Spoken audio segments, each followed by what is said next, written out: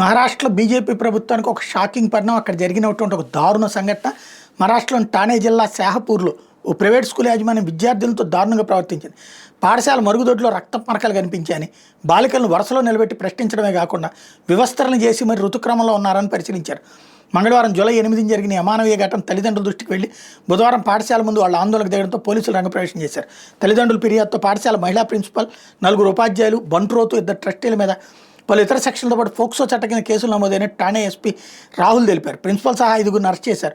Principal విధుల నుండి తొలగించారు. గురువారం మహారాష్ట్ర అసెంబ్లీలో కూడా దీని మీద చర్చ జరిగింది.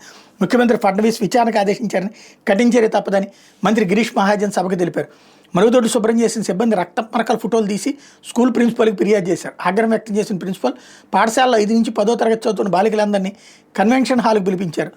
మరుగుదొడ్లో రక్త మరకల ఫోటోలను ప్రొజెక్టర్ ద్వారా తెరపై చూపించారు. పీరియడ్స్లో ఉన్నవారు లేని వారు విడిగా నిలబడాలని ఆదేశించారు.